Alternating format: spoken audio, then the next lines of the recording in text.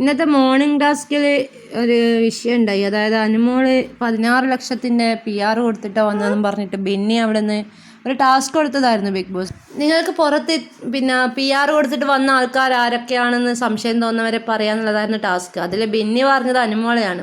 ബെന്നിയെല്ലാം ഒട്ടുമിക്ക ആൾക്കാരും പറഞ്ഞിട്ടുള്ളത് അനുമോളെ തന്നെ ആയിരുന്നു.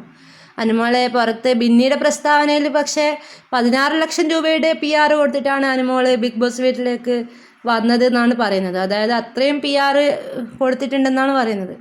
പക്ഷേ അനുമോളുടെ പുറത്തുള്ള സപ്പോർട്ട് വെച്ചിട്ട് അനുമോൾക്ക് ഇത്രയും PR കൊടുത്തിട്ട് ഇതിനകത്തേക്ക് വരേണ്ട ആവശ്യമുണ്ടെന്ന് തോന്നുന്നില്ല.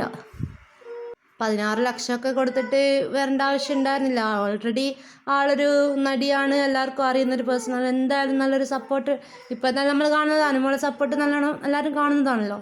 അപ്പോൾ അതിൻ്റെ ആവശ്യം ഉണ്ടായിരുന്നില്ല. അതുള്ളതാണോ ഇല്ലാത്തതാണോ എന്നറിയില്ല. അനുമോൾ തന്നെ ബിന്നിയുടെ അടുത്ത് പറഞ്ഞതെന്നാണ് പ്രസ്താവന. അതുപോലെ അനീഷും 3-4 ആൾക്കാർ കൂടി അനുമോളെ കുറിച്ച് പറയുന്നുണ്ട് PR മേടിച്ച് കൊടുത്തിട്ടാണ് വന്നതെന്ന്.